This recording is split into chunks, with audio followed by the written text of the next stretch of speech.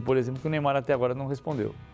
Perfeitamente. E Neymar, é claro, sempre será assunto, né, por muito tempo, e aqui no Expediente também não será diferente. Mas vamos falar hoje da apresentação de Vitinho. Ele ontem foi ao Maracanã, intervalo de jogo, se emocionou, chorou.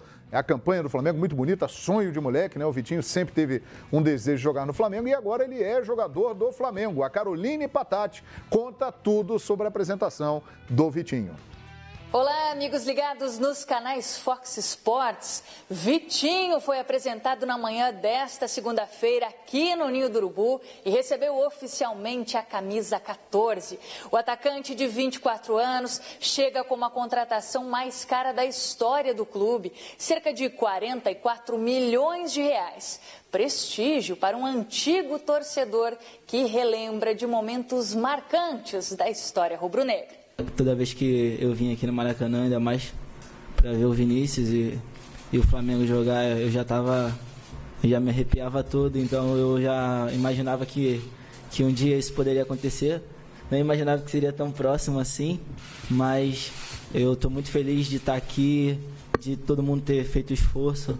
O Miguel, meu representante também, a gente fez muito esforço e graças a Deus deu tudo certo e agora é se preparar para estar à disposição do Barbieri o mais rápido possível. Vitinho assinou contrato até 2022 e já treinou com o restante do grupo. Atraiu a atenção dos meninos da base e recebeu elogios de Maurício Barbieri. O nome do atleta já apareceu no boletim informativo diário da CBF e, portanto, está liberado para estrear contra o Grêmio na quarta-feira pela Copa do Brasil. Vitinho vem de pré-temporada na Europa e está 100% fisicamente. Foram 40 dias de trabalho e 2 amistosos com o CSKA depois das férias. Como saiu, né, regularização, então eu estou à disposição do Barbieri, né, o tempo que ele precisar, né, hoje eu pude treinar com os companheiros, senti um pouco, ele me deu algumas dicas, assim, da maneira que ele quer que eu atue, então eu estou à disposição dele, o tempo que ele precisar já para o próximo jogo e estou preparado. Nos bastidores, a informação é que a chegada desse jogador inviabilizaria a permanência de Paolo Guerreiro, tendo em vista o aspecto financeiro. O contrato do peruano segue até o dia 10 de agosto, mas a direção nega que as negociações tenham sido encerradas. Não tem novidade nenhuma, nós estamos trabalhando para que o Paulo Guerreiro continue conosco, é o nosso desejo e eu acho que a gente vai conseguir. O Flamengo viaja para Porto Alegre na manhã desta terça-feira e treina em Viamão, na região metropolitana da capital gaúcha. Rodolfo, com uma lesão muscular, segue fora. Caroline Patati para os canais Fox Sports. Muito bem, portanto, Vitinho chegou, né? Ontem já esteve no Maracanã, hoje foi para a coletiva, já treinou, já está inscrito lá no BID. É chegar e jogar, é isso mesmo? Não tem nem conversa? Chega e joga quarta-feira contra o Grêmio? Chega com moral, né? Chega com moral. Custou 10 milhões de euros. De euros. De euros. 40 milhões de reais. O cara tem que chegar aí. Mas é uma boa pergunta de titular. Pô. A do Savó é uma boa pergunta, porque na verdade a Rússia não tem como moeda o euro, né? Pode ter sido rublo? Dólar mesmo, que é em rublos. Eu achava que fosse dólar. Mas assim... Mas a informação é que foram 10 milhões de euros de valor. Aproximadamente 43 milhões de reais, o que faz o Vitinho a segunda maior negociação da história do futebol brasileiro, só abaixo do Tevez. Embora a gente possa ter que fazer uma deflação, do que foi, levar em conta a inflação para considerar os 41 milhões que o Santos pagou. Mas se você considerar... Do Flamengo é maior, então, com certeza. Do Flamengo, a maior negociação da história do clube. É. A maior venda da história do futebol brasileiro foi o Vinícius Júnior, 45 milhões de euros. A maior compra da história do Flamengo, a segunda maior da história do... O PVC, mas a pergunta que fez o João é o seguinte, o cara que chega por 10 milhões ou de dólares ou de euros... Chega para jogar, né? Mas a informação inicial é que ele, teoricamente, ele está pronto para estrear, mas provavelmente começando o jogo no domingo e não na quarta-feira. Lembrando, PVC, que ele jogou na sexta final da Supercopa da Rússia. Exato. Né? Então, é muito provável que ele não... Ele pode ir para o jogo de Porto Alegre na quarta-feira, mas dificilmente vai começar o jogo. Até porque tem um detalhe que eu acho importante para ganhar o grupo, né? O Marcos Moreno fez o melhor jogo dele no Flamengo desde que chegou.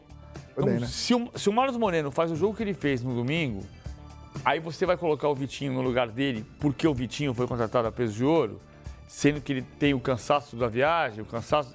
Pode ser justo deixar o Moreno jogar. Mas eu acho que a pergunta nem foi para esse jogo, né? Não é, João?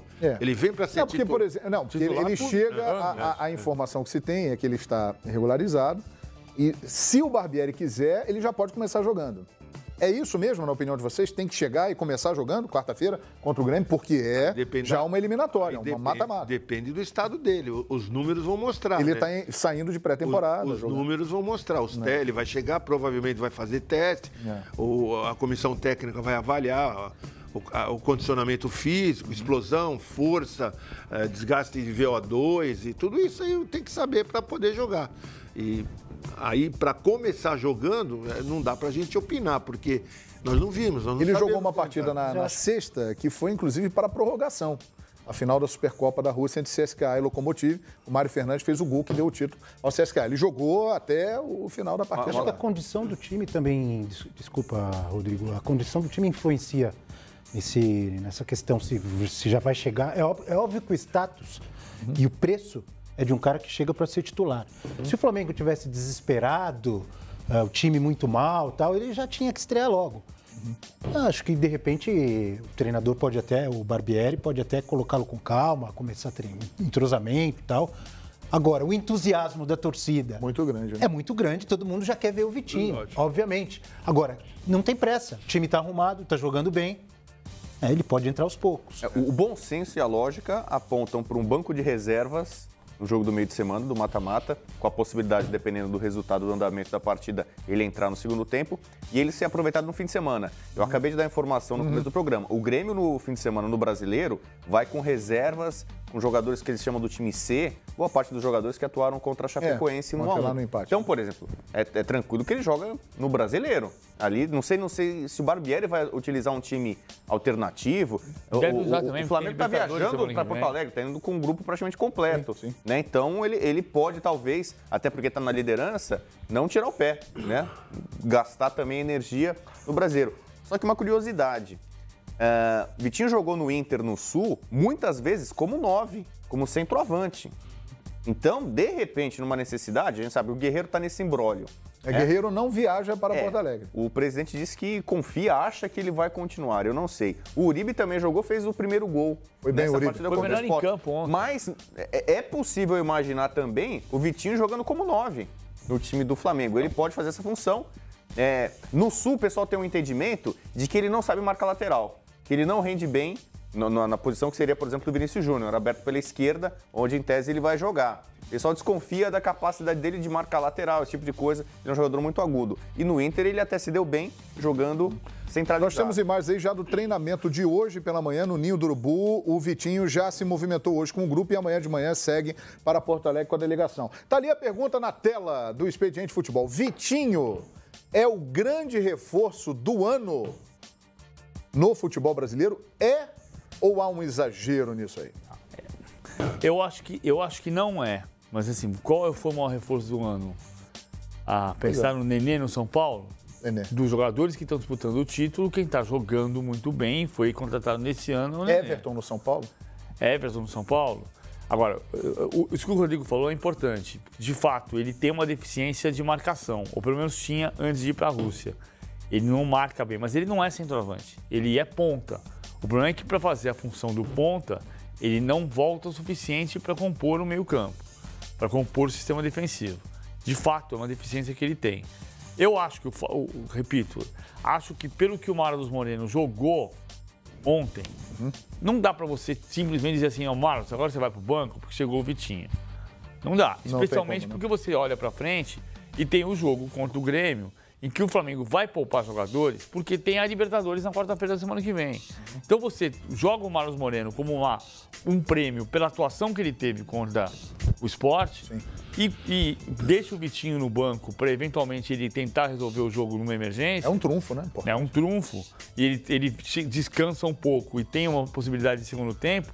E não diz pro Marlos Moreno, ó, se você tá aqui, ó, mas assim, você não vai jogar, né? Já sabe que você não vai jogar. Porque ele demorou para ter um jogo desse. Claro. Então, Será que a chegada do Vitinho influenciou? Será que a chegada do Vitinho influenciou no rendimento do Marlos Moreno? Porque realmente ele já teve algumas chances, mas não jogou como ontem, né? E ontem já todo mundo sabia, o Vitinho é do Flamengo, o Vitinho tá no Maracanã, e realmente o Marlos jogou muita bola. Será? Ele falou assim, então vou mostrar serviço que eu quero ficar no time. Não dá pra pensar isso. Mas não é uma coincidência? Então ele não quis jogar. Ele não jogou porque ele não quis jogar. Mas será que ele não ganhou uma motivação extra? Se o cara não tiver motivação pra jogar num time como o Flamengo, desiste, né? Então não pode estar no Flamengo. Eu acho que não, acho que foi uma coincidência só. Mas imagina o balde de água fria no cara. Quando ele faz a grande atuação dele, o treinador ele vai ter que analisar tudo isso, né? A euforia, a vontade de todo mundo, o departamento de marketing do Flamengo, imagino eu, querendo vender suas camisas do Vitinho e etc. Camisa 14. É que ele estreia já amanhã. Mas tem um lado comercial também, é verdade. Claro, mas o Cruyff da Gávea. Tem isso, 14. O 14, é verdade. Fala aí, PVC. O Barbieri, primeiro assim, tinha um dilema que achava ontem, a gente conversava de mundo e eu ontem, o Saboia estava com a gente aqui na última palavra. Eu tinha dúvida se o Guerreiro tinha sido poupado para o jogo de quarta-feira ou se o Guerreiro tinha perdido a posição para o Uribe. Mas pelo que jogou o Uribe tem que jogar na quarta-feira e o Guerreiro esperaria no banco. Conversei com algumas pessoas no Flamengo hoje, ninguém tinha convicção se o Guerreiro tinha sido poupado, o Barbieri não explicou isso explicitamente. Se o Guerreiro tinha sido poupado, se o Guerreiro seria titular quarta-feira. O fato é que o Guerreiro sentiu uma lesão, resolveu o problema. O Uribe, pelo que jogou no domingo, para mim foi o melhor em campo, o Uribe vai ser titular. No domingo, que vai ser 3 dias antes do jogo da Libertadores, não é só o Grêmio que vai poupar. O Flamengo, sábado, 7 horas. O Flamengo também vai poupar jogadores no jogo de sábado. Porque ele vai ter o jogo da Libertadores logo depois. Então é importante ter um trunfo. E o Vitinho é um trunfo. A estreia do Vitinho como titular no jogo em que vai jogar uma equipe mesclada.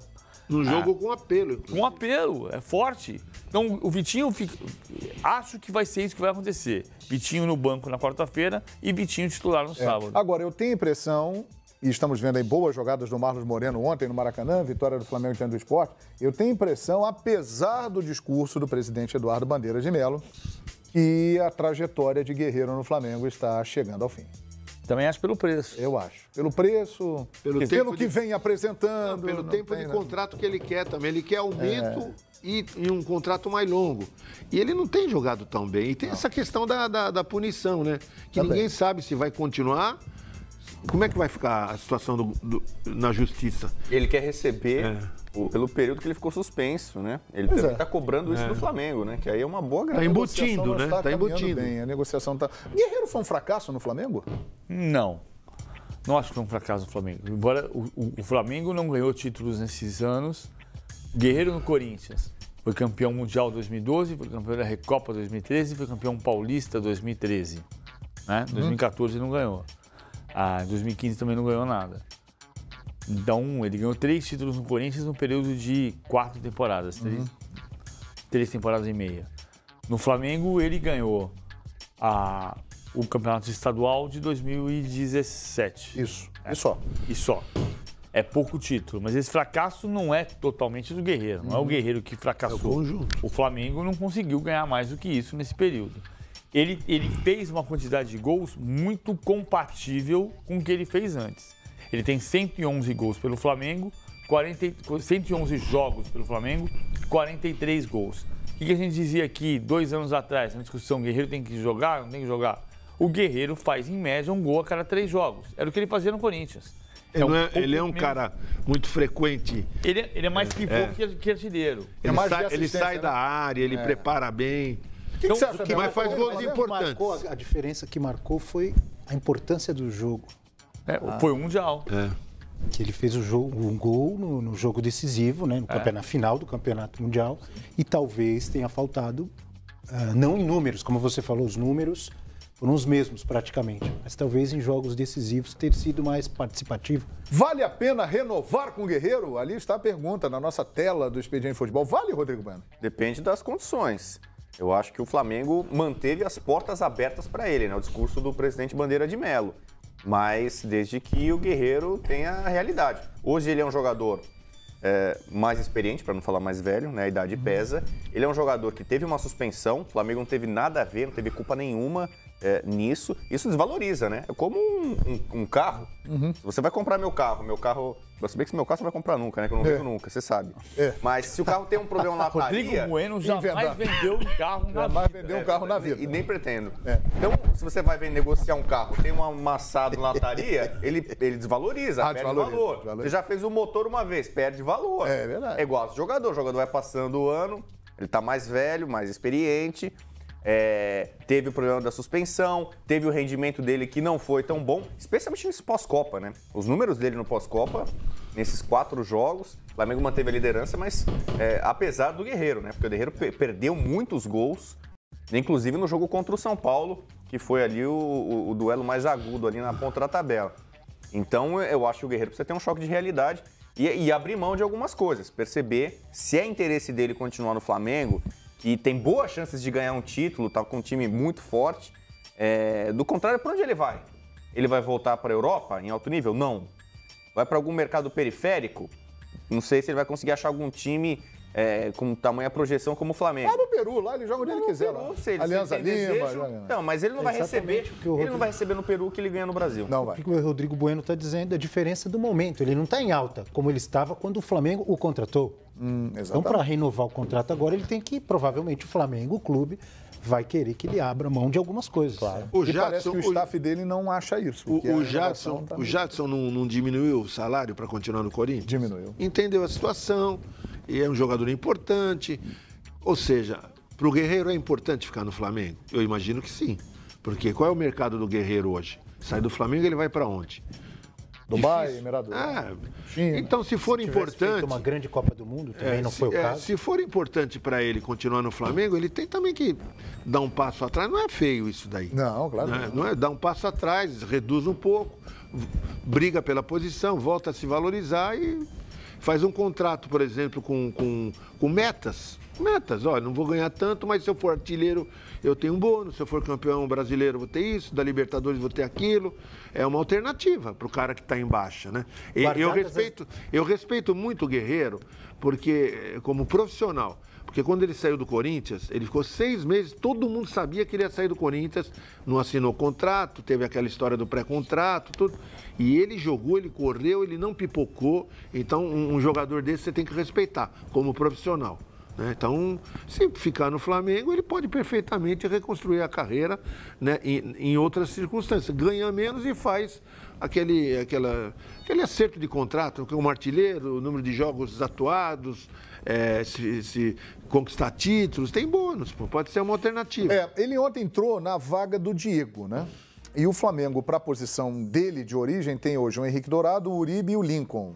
Será que o Barbieri já pensa em alguma coisa nesse sentido? Recuar um pouquinho o Guerreiro? Vocês acham que ele pode jogar por ali? Pode ser uma opção? Até pela característica que ele tem? Eu acho que o Uribe... Esse cara de assistência? Eu acho que o Uribe sai mais da área para o Guerreiro jogar mais dentro da área. Mas dentro da área não é o forte dele, não, Bebê? Não, ele joga de centroavante.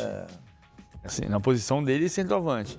O Uribe tem mais versatilidade. O Uribe joga pela direita, o Uribe joga pela esquerda, o Uribe joga com ponta de lança, encostando no centroavante, e o Uribe joga de centroavante. O Uribe pode jogar nas 4 posições da frente. E ontem ele jogou como centroavante até o Guerreiro entrar e jogou muito bem. Muito bem, então vamos aguardar. O contrato do Guerreiro termina dia 10 de agosto. A informação passada pela Carol sentiu uma lesão muscular e ele não vai com o grupo para Porto Alegre, ou seja, ele não participa quarta-feira e provavelmente não estará também em campo sábado contra o Grêmio pelo Campeonato Brasileiro. E o Guerreiro agora tem só mais um jogo a fazer pelo Brasileirão, porque se fizer esse jogo próximo do Brasileiro pelo Flamengo, ele completa 7 partidas e não poderá se transferir para um outro time da primeira divisão brasileira. E às vezes o jogador precisa de um jogo grande, né? De repente para mudar a história. Então, às vezes, num jogo ele pode... Mas tem essa questão do 7º jogo também, né? Tem outra coisa. É isso. Não que seja um complicador, tal, mas os empresários do Guerreiro são os mesmos que cuidam da carreira do Scarpa e do Zeca. Exatamente. Né? Que são jogadores que nos últimos meses aí no futebol brasileiro tiveram problemas, muita gente achando que a negociação com os clubes ali não foi a melhor possível para os jogadores.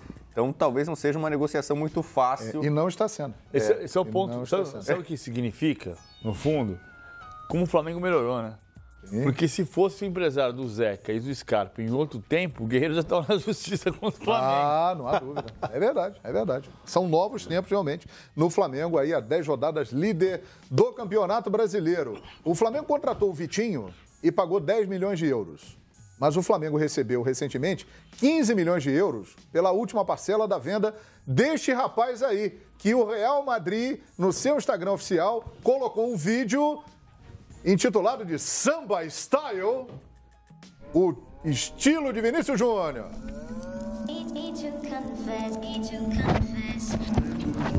E amanhã Vinícius Júnior vai estrear no Real Madrid, Manchester United, e você vai ver aqui no Fox Sports, hein? Pela Copa Internacional dos Campeões. E ainda não se sabe se ele começa o jogo, mas que ele vai jogar, vai. Ele vai participar da partida. A expectativa é enorme em cima do menino que amanhã vai entrar em campo pelo Real Madrid, Marcelo. Tem uma euforia estabelecida em cima de como vai ser o Vinícius Júnior no Flamengo, no Real Madrid. No Real Madrid. Espera-se que ele jogue ainda mais do que jogou no Flamengo. Então, eu acho que num torneio desse, que é um torneio que os clubes não estão contando ainda com os jogadores que estiveram na Copa do Mundo, e tem muito clube grande botando caras novas, caras de menino. Eu acho que é o torneio ideal para o Vinícius Júnior mostrar o cartão de visita. É uma dúvida que o Vinícius Júnior virou, há algum tempo já, uma atração, né? Como se fala dele, e lá na Espanha não é diferente. Imagens do treinamento dele, ele se dando bem com o Benzema, com o Bale. Muito legal aí que o menino suporte essa barra, essa pressão e vai pro jogo amanhã, Rodrigo Bueno, com transmissão do Fox Sports. Você falou uma palavra boa, atração. O Real Madrid vive disso, né? Desde os anos 50, o Real Madrid se propôs a ser o melhor time do mundo sempre, a ter os melhores jogadores. Cheio de energia. Que bom. Então Ribeirão, boa tarde a todos. Boa tarde, Abel. Comece falando desse time do Flamengo, então, que o São Paulo encosta, mas não passa. Pois é, a gente sente a euforia do torcedor do Flamengo nas ruas e acho que é para ter essa euforia sim, porque além de time ter um bom elenco, tem provado isso, né? E mostrou um grande futebol. Primeiro tempo não tão bom, né? Contra o Sport, mas no segundo tempo deslanchou e muita gente boa aparecendo legal. O que muita gente cornetava no ano passado, por exemplo, o Everton Ribeiro não está jogando o que todo mundo espera dele. Olha aí o Everton Ribeiro. Aparecendo, né? O Marlos aparecendo bem. Acho que só está faltando o Guerreiro. O Diego tem feito bons jogos, e aí agora com a chegada do Vitinho, acho que é um Flamengo que empolga o torcedor. Vai ser campeão, não vai, a gente não sabe dizer. Mas, por exemplo, já tem 2 duelos que tem tudo para ser espetaculares nessa semana contra o Grêmio, pela Copa do Brasil primeiro e depois pelo Campeonato Brasileiro. Na minha opinião, são os times que têm jogado o melhor futebol nessa volta da Copa do Mundo, vamos dizer assim. O Grêmio, não só na volta, o Grêmio já desde o ano passado, né? Mas o Flamengo realmente, acho que na temporada passada chegou perto, chegou na final da Sul-Americana, não venceu, foi bem no Brasileirão. Eu acho que nesse ano o torcedor do Flamengo tem que ficar otimista mesmo, porque tem tudo para soltar aquele grito que tanto espera, né? É verdade. Agora, vocês dois vão falar a respeito do Vitinho, mas o Ribeirão, Guerreiro no banco de reservas, não tem lugar no Flamengo, o Guerreiro, nesse momento? Não vejo lugar para o Guerreiro. Eu até, numa das últimas participações minhas aqui do Boa Tarde Fox, eu falei, para mim o Flamengo estava jogando com 1 a menos quando tinha o Guerreiro em campo. O Guerreiro, não sei se pela proximidade do fim de contrato, já não está mais com aquela a vibração toda ao jogar pelo Flamengo, tá vendo que a concorrência está apertando para ele também, né? Ele não é um jogador indispensável nessa equipe, então para mim hoje o Guerreiro não tem espaço nesse time. O Flamengo vive sem o Guerreiro. Se eu fosse diretor do Flamengo, eu não iria atrás de renovação. Deixa ele seguir a vida dele, ele quer um contrato longo, coisa que acho que não cabe, até pela idade que ele tem hoje. Então, para mim, o Guerreiro pode normalmente seguir a vida. Vitinho é bom jogador, ele atuando pela beirada é um cara que pode acrescentar bastante. Por quê? O Flamengo perdeu o Vinícius Júnior, talento demais tem o Vinícius Júnior, que agora está no Real Madrid. As opções que agora agora tem o Barbieri, ainda não encantaram o torcedor. Então o Barbieri está tentando arrumar uma solução para aquele setor. E o Vitinho pode ser essa solução. Ele vem também agora já de uma pré-temporada, já vinha jogando, então está pronto para entrar em campo. Acho que foi uma boa contratação que o Flamengo fez, viu, Preto? Chega para ser titular, né, Abel? O Vitinho? Não sei se chega para ser titular, mas vai incomodar. Quem tiver de titular ali não pode se acomodar, não, porque o Vitinho vem forte. Outro jogador que a gente não pode deixar de destacar nesse Flamengo é o Paquetá, né? Que eu acho que joga muita bola, um garoto também. Paquetá é muito bom. Muito bom jogador, muito bom jogador mesmo. Quer dizer, um Flamengo com muitas peças e a chegada do Vitinho é para dar uma agitada ainda mais. Se tinha alguém pensando, pô, tô acomodado, tô bonito, o time tá jogando bem, não tem essa. Tem mais uma fera chegando aí, o Vitinho, que a gente lembra principalmente daquele início no Botafogo, teve passagem pelo Internacional, mas no Botafogo jogando muito, né? E voltando cheio de vontade. É jovem ainda, né? 24 anos, olha lá, já chegou agitando a galera, já chegou do aeroporto direto para a torcida rubro-negra, não foi? Foi para o Maracanã, exatamente, já vestiu a camisa, curtiu no gramado, a torcida, olha, uma festa muito bacana para o Vitinho. Sabe o que eu acho legal? Já está inscrito, hein? Já. Que você destacou, inscrito. Exatamente, já está no bid, né? O Vitinho já pode estrear, já pode ser aí uma grande atração para esse jogo de quarta-feira pela Copa do Brasil. Mas você destacou a proximidade do São Paulo, isso é muito legal para o campeonato também, né? É óbvio que o torcedor do Flamengo não quer essa proximidade. O torcedor sempre quer que o time deslanche, que aconteça, que nem aconteceu mais ou menos com o Corinthians no ano passado, né? Primeiro turno, né? Daquela arrancada. Mas eu acho sempre legal e que tenham outros ali. O Internacional tá chegando, mas o São Paulo tá legal. O São Paulo tá ali na cola e tá jogando bem também. E o que não acontecia, aliás, há muito tempo, empolga o torcedor de São Paulo também, né? O São Paulo nas últimas temporadas lutando contra o rebaixamento e agora voltando a ser aquele São Paulo aí no calcanhar, vamos dizer assim, do Flamengo.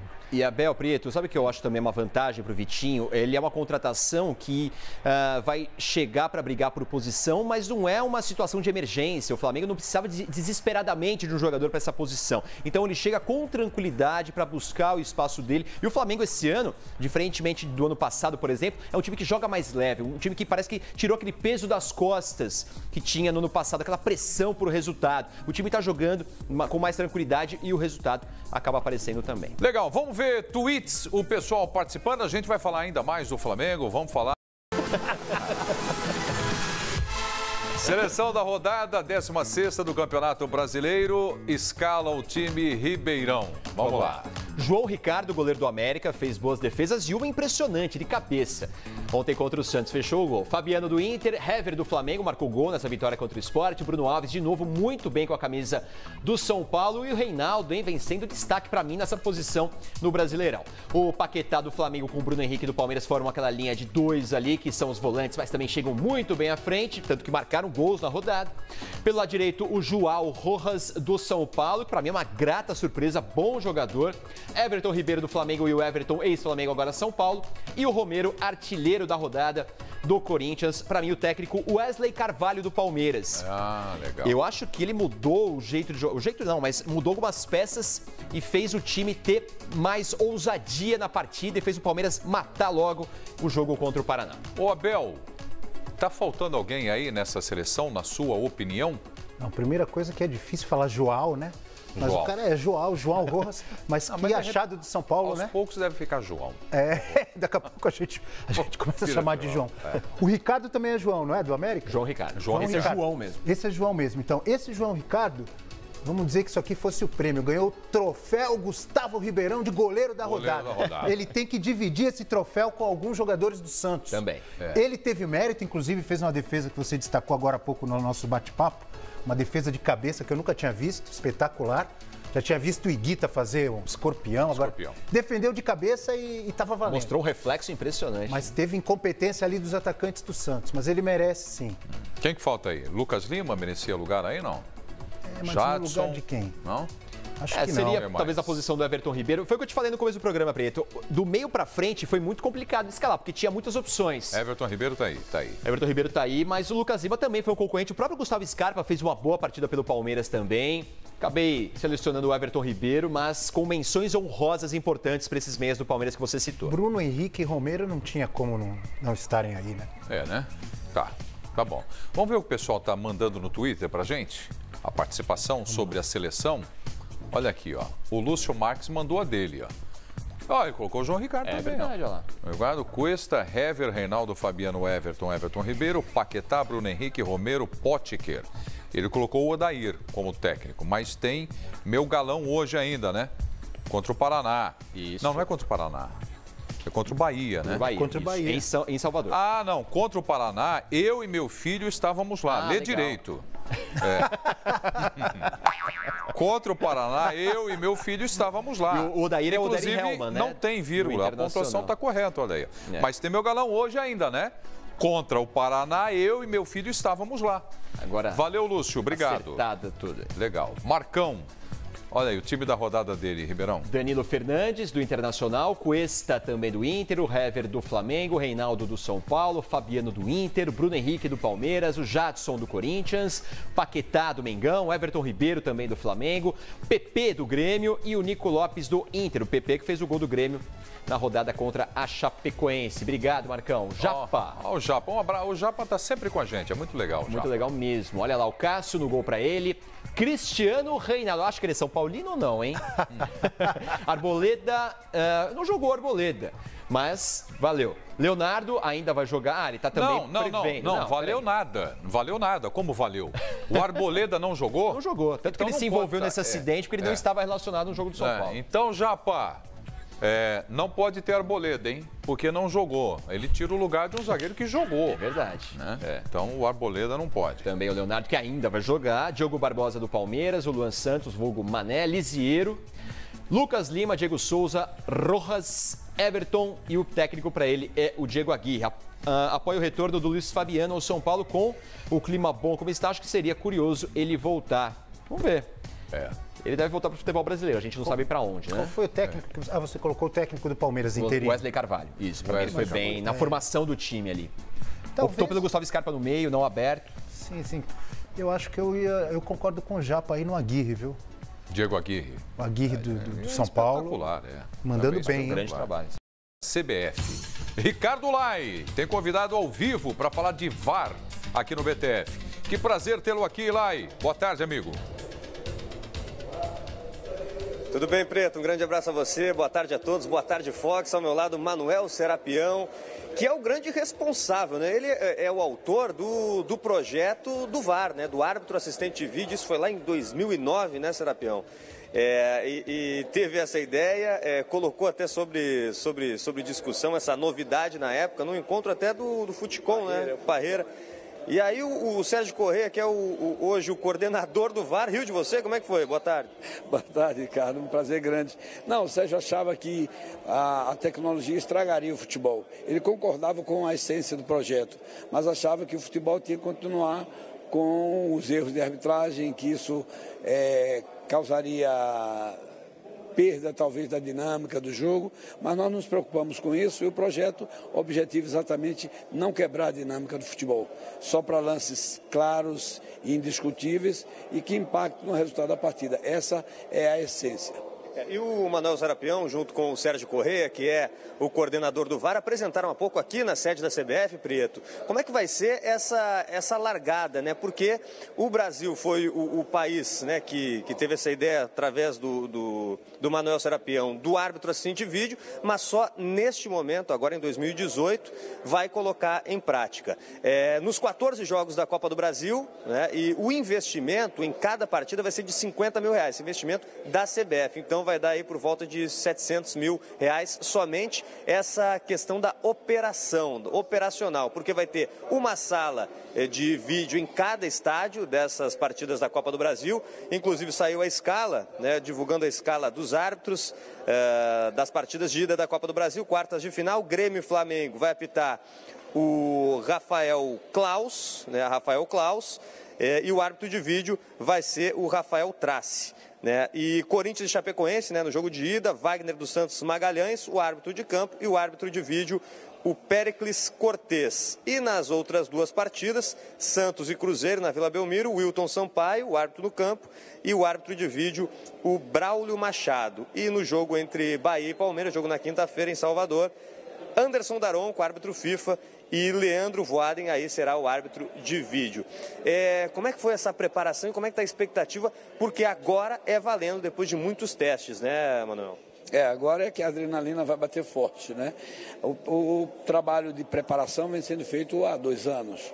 Ultimamente nós intensificamos e reunimos 32 árbitros no Oscarim e fizemos partidas amistosas, fizemos jogadas ensaiadas, prevendo todas as situações possíveis de serem analisadas pelo árbitro de vídeo, que estão relacionadas sempre a gols e pênaltis marcados e não marcados, né? Cartões vermelhos diretos e há um equívoco na identificação de um jogador punido. Que pratica a falta é o número 7 e o árbitro aplica o cartão número 9, lá na frente o número 9 recebe o cartão, vai ser expulso e o árbitro de vídeo é o erro de identidade. Então, trabalhamos em diversas partidas, foram 48 jogos ao todo e todos os árbitros vivenciaram a situação tanto no campo, que o árbitro de campo precisa reajustar um pouco a sua técnica de arbitragem, como o árbitro de vídeo, que sim precisa trocar de chip, porque o árbitro em campo vai interpretar, vai analisar, e o árbitro de vídeo vai analisar imagens, não vai verificar a intensidade, óbvio que há situações muito claras que não precisa analisar, mas ele tem que trocar de chip, porque ele tem que fornecer para o árbitro de campo uma impressão sobre uma imagem e dando ao árbitro a possibilidade de analisar. Quando se tratar de uma situação meio duvidosa, meio ambígua de interpretação. Quando se tratar de uma situação clara, por exemplo, jogador em posição de impedimento e fez o gol, impedimento é fato, a falta foi fora da área, o árbitro marcou o pênalti, a bola entrou na meta e o árbitro não marcou o gol, então são situações de fato, ele vai passar a informação e o árbitro vai acolher. Quando precisar analisar, foi bola na mão na bola, aí o árbitro vai fazer a revisão, fazendo o sinalzinho de TV na cabine, que é mais um equipamento que terá, por exemplo, em Santos, como as condições materiais só possibilitam na extrema do campo, nós tivemos que fazer 2 cabines, 2 áreas de revisão, porque não ficaria legal um pênalti aqui você correr para o outro lado do campo. Então nós fizemos 2. E cada estádio tem a sua peculiaridade, portanto, na Vila Belmiro, 2 cabines para ter essa revisão do lance. E para finalizar, Preto, como os clubes estão, né, os jogadores nas suas concentrações, o supervisor do árbitro de vídeo de cada partida dessas das quartas de final visitará as concentrações, vai explicar, vai fazer a palestra para os jogadores envolvidos na competição e foi dada a largada. Portanto, começa nessa semana, nas quartas de final da Copa do Brasil, o árbitro assistente de vídeo agora em competição da CBF, Preto. Muito obrigado, Ricardo Lai, ao Manuel, que participa com a gente aqui do BTF, trazendo esclarecimentos e a novidade. Um grande abraço, então, ao Lai, diretamente da sede da CBF, a Casa do Futebol Brasileiro. Então é isso, vem aí Copa do Brasil, agora exemplo do que aconteceu na Copa do Mundo, né, que foi uma emoção acompanhar também o VAR, teremos no futebol brasileiro esta semana já na Copa do Brasil. Vai ser legal. Eu acho ótimo. Muito positivo, né? Eu sou totalmente a favor, sempre fui. É muito difícil esse tipo de novidade no futebol. Eu acho que é difícil de ser implementada, porque o futebol realmente é conservador demais. Mas a gente vê outras modalidades, outros esportes há tanto tempo com esse tipo de uso de vídeo, né? O tênis, o vôlei, o basquete. Eu sou totalmente a favor. Eu sei que tem muita gente que ainda acha que vai atrapalhar, o jogo não vai ter a discussão de boteco, a discussão vai continuar. Só que eu acho que a gente viu na Copa, inclusive, né? E o fato de ter sido usado na Copa, né, Ribeirão? Eu acho que ajuda as pessoas se acostumarem, se habituarem mais com esse tipo de mudança. Para mim é totalmente benéfico. Para mim é o caminho sem volta, Preto. Depois que na Copa do Mundo foi instituído o árbitro de vídeo, não dá mais para você evitar colocar isso no futebol brasileiro. Eu acho que é algo que a gente já está percebendo até nos jogos pós-Copa, né? Quando tem um erro e tal, a gente fica esperando, né, uma outra análise do lance e tudo mais. Então é um caminho sem volta. O futebol precisa disso para atenuar os erros. Não vai acabar com todos os equívocos, mas vai diminuir bastante erros de arbitragem. E aí tem muito dirigente que adora chorar, aí o chororô vai diminuir. Legal, então é isso aí, Copa do Brasil, que você vai acompanhar esta semana.